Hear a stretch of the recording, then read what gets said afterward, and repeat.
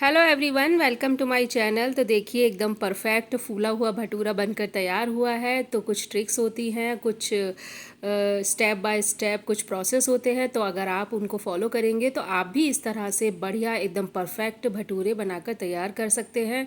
खाने वाला भी खुश, बनाने वाला भी क्यों खुश, क्योंकि जब ऐसे भटूरे फूल कर तैयार होते हैं तो लगता है कि हाँ, मेहनत बिल्कुल सफल हो गई। क्योंकि थोड़ा सा टाइम टेकिंग प्रोसेस भटूरों का रहता है। तो लेकिन अगर आप अच्छे से बिल्कुल स्टेप बाय स्टेप बनाएंगे तो आपके भी भटूरे इसी तरह से फूले हुए और बहुत बढ़िया बनकर तैयार होंगे।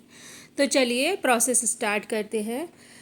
तो लगभग आधा किलो मैंने मैदा ले ली है ये, और उसमें 1/4 चम्मच मैं ये मिला रही हूँ बेकिंग पाउडर।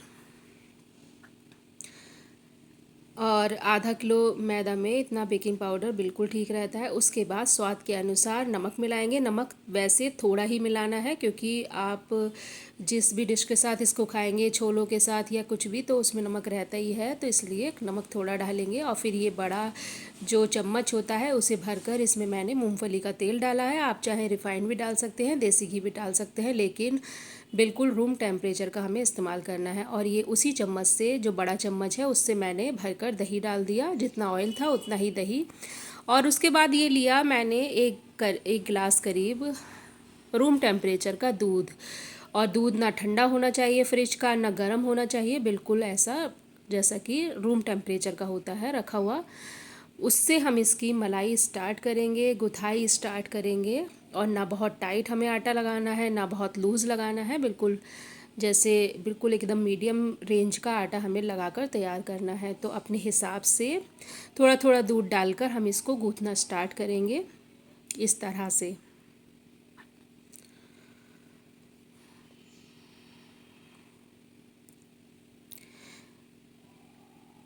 बस इसी तरह से हम थोड़ा थोड़ा दूध डालकर इसको इस तरह से मथेंगे, थोड़ा सा इस तरह से। और बस इसी तरह से हम कुछ जो स्टेप हैं उनको फॉलो करेंगे तो एकदम परफेक्ट भटूरे बनकर तैयार होंगे। कुछ लोग सूजी भी डालते हैं, लेकिन अब आज जो मैं भटूरे बना रही हूँ वो बिल्कुल सिंपल वाले यही बना रही हूँ। और इस समय गर्मी है तो इसमें हमें कुछ भी खमीर उठाने के लिए इनो या ईस्ट डालने की बिल्कुल ज़रूरत नहीं है, क्योंकि गर्मी है। तो बेकिंग पाउडर से ही सारा काम हो जाएगा, अच्छे से हमारी मैदा फूल जाएगी। अभी आप आगे देखिएगा कितना अच्छा ये मैदा फूल कर तैयार हुई थी। तो इसी तरह से, इस तरह से बिल्कुल मसल मसल कर हमें गूँथनी है मैदा। उसके बाद ये हम थोड़ा सा ऑयल डालकर अब हम इसको करेंगे चिकना।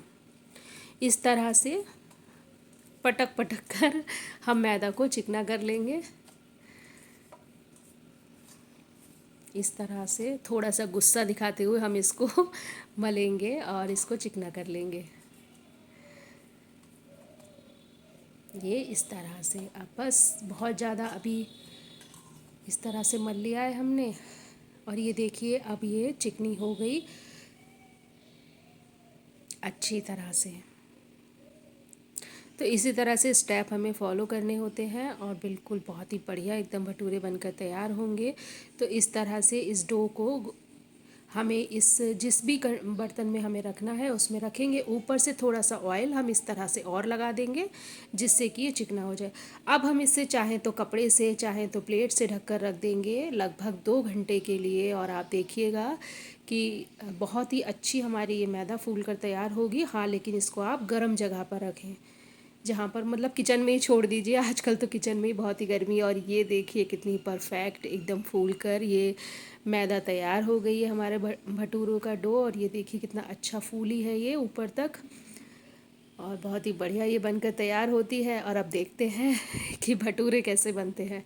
तो चलिए स्टार्ट करते हैं भटूरे बनाने। तो रख दिया कढ़ाई, डाल दिया है उसमें ऑयल, और बस ये भटूरे बनाने स्टार्ट करते हैं। तो इस तरह से लोई ले लेंगे। लोई आप अपने हिसाब से ले सकते हैं, छोटे बड़े जैसे आपको बनाने हो। तो इस तरह से मैंने लोई ले लिया, उसको चिकना कर लिया है।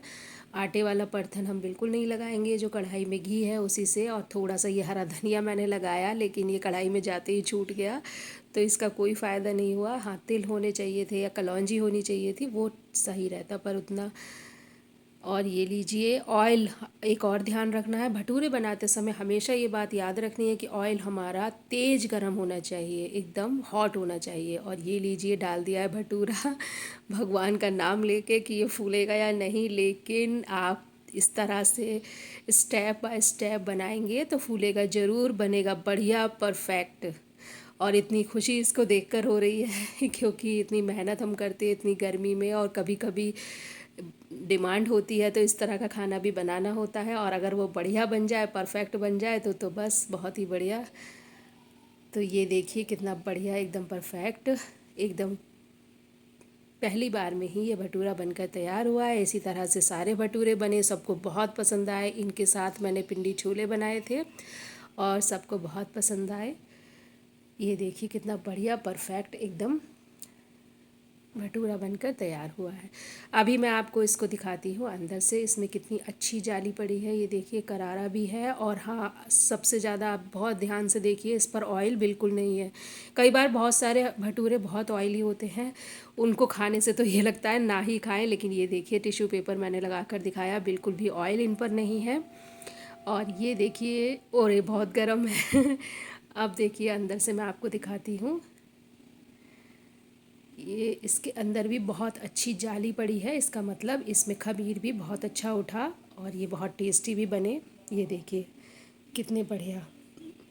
तो अगर आपको भटूरों की ये रेसिपी, मेरा ये आइडिया पसंद आया है, स्टेप बाय स्टेप जैसा मैंने आपको बताया, अगर ये पसंद आया है तो आप इस तरह से ज़रूर बनाएं और खाएं। तो अगर आपको पसंद आया है तो लाइक करें, शेयर करें, सब्सक्राइब करें। Bye bye.